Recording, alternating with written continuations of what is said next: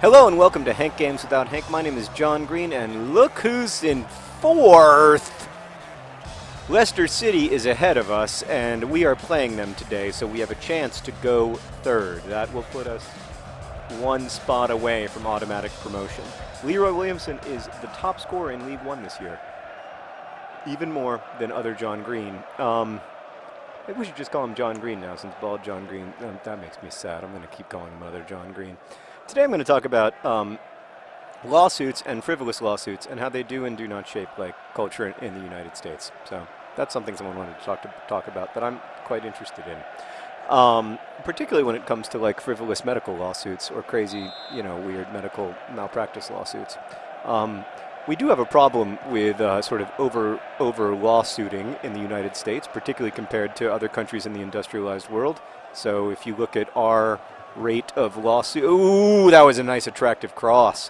Our rate of lawsuits compared to, say, Sweden, it's much, much higher here, and many of those lawsuits are either unnecessary and they clog up the court system. They're a big like ask of the government because that's an expensive part of our system of governance, but it also ends up being a big problem. Wow, that was an extremely fast play by Leicester City. I didn't even see what happened, and then they hit the post. It was just like bam, bam, bam, bam, post. I can't compete with this.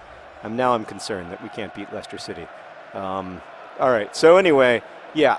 I think that's the concern that people have about frivolous lawsuits, is not only do they end up costing the government a lot of money, they also end up costing, like people a lot of money, and they just create massive inefficiencies in the economy because, for example, like if they're patent lawsuits can cause a lot of inefficiencies in the economy because people won't want to develop new products because they'll be worried about patent lawsuits, or they won't want to, in general, they won't want to innovate because they'll be worried about getting their pantsuit off and losing their net worth and etc.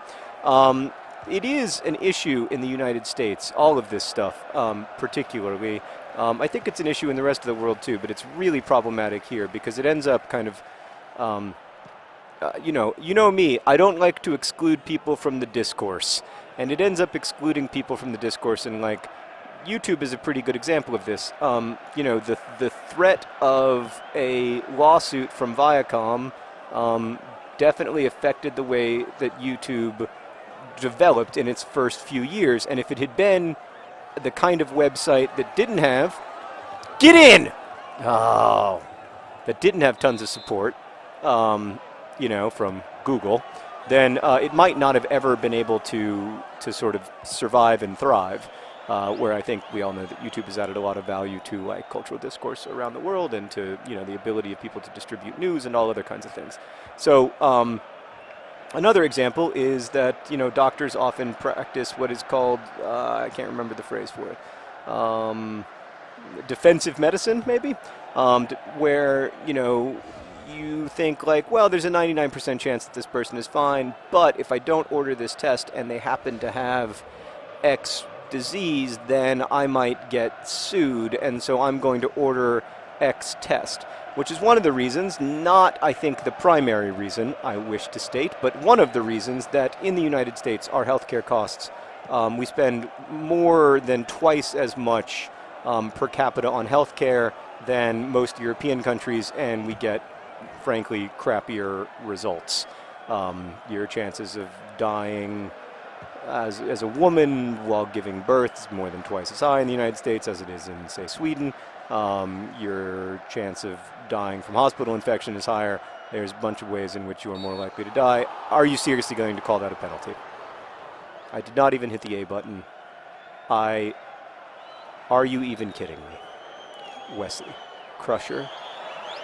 Photoing him! He did it! Oh, that guy, I mean, how can he leave Swindon Town? We need him.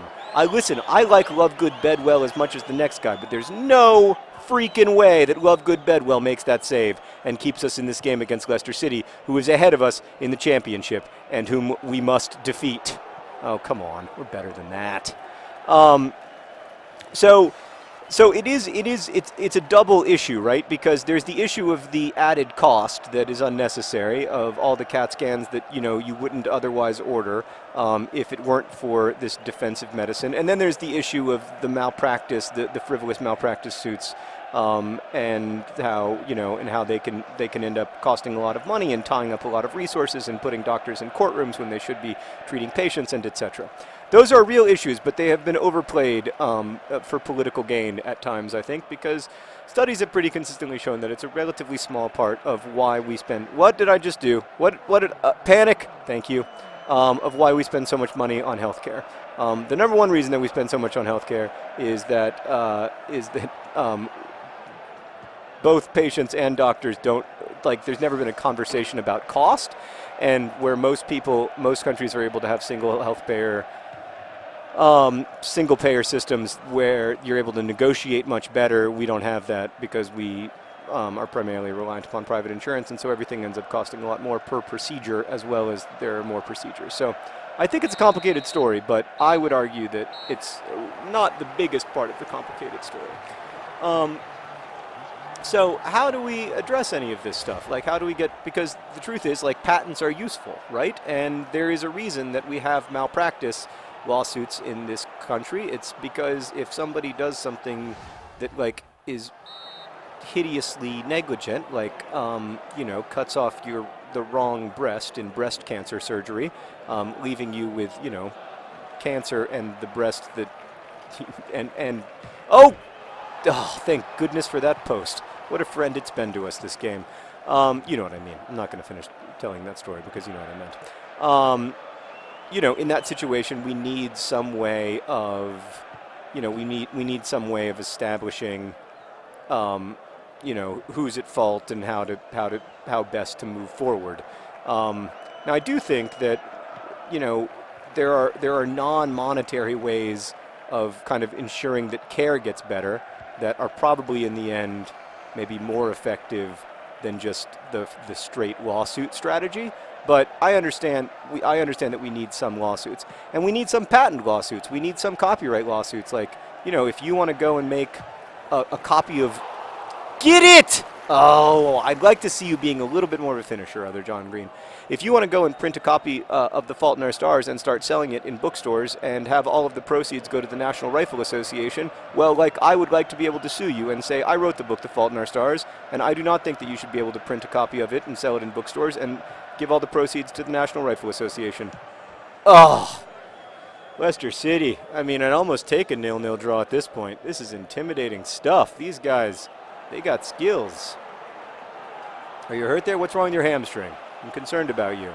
Is it your quad? I'm going to assume that he's fine.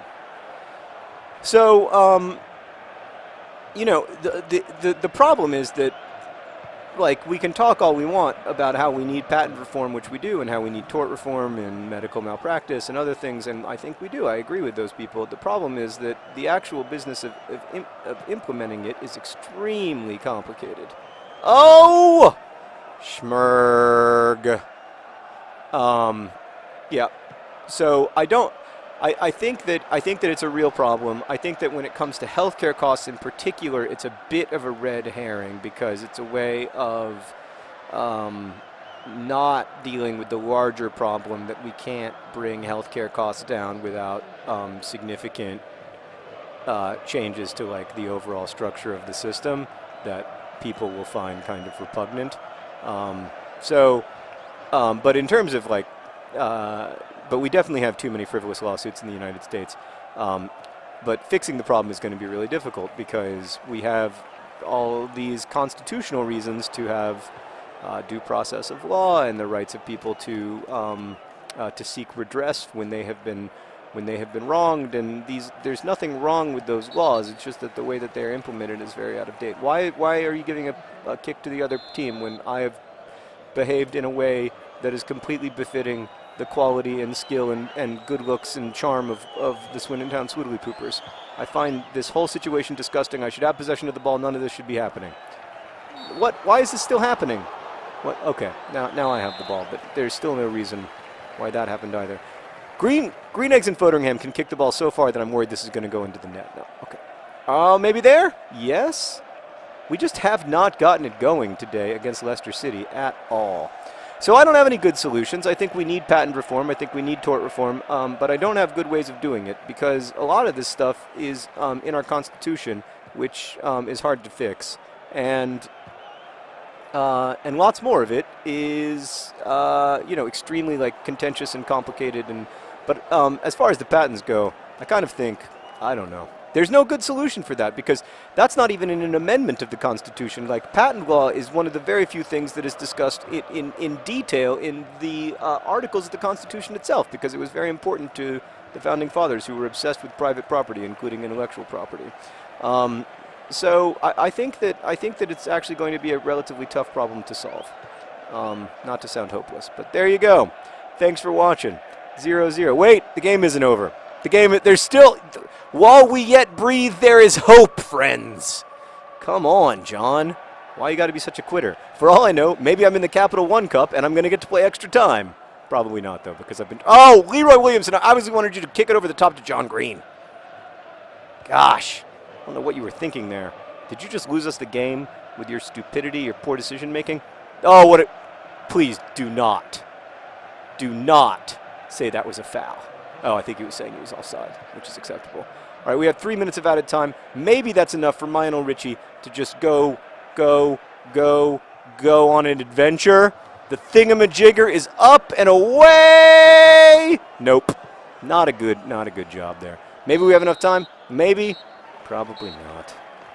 No, widespread disappointment in Swoodilypoopville as the Swindon Town Swoodilypoopers draw 0-0 against Leicester City and do not get any closer to that second place spot that we need so badly in order to move to the Premier League next season. Thank you for watching. I'll try harder next time. Best wishes.